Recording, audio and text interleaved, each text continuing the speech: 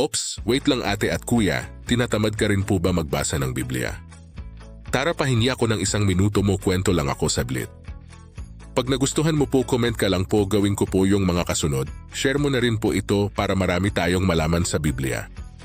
Simulan ko na po. Genesis 1 ang paglikha ng daigdig. Genesis 1, nang pasimula ay nilikha ng Diyos ang langit at ang lupa. Genesis 1, 2, at ang lupa ay walang anyo at walang laman, at ang kadiliman ay sumasa ibabaw ng kalaliman, at ang Espiritu ng Diyos ay sumasa ibabaw ng tubig. Genesis 1, 3, at sinabi ng Diyos magkaroon ng liwanag, at nagkaroon ng liwanag. Genesis 1, 4, at nakita ng Diyos ang liwanag na mabuti, at inihiwalay ng Diyos ang liwanag sa kadiliman.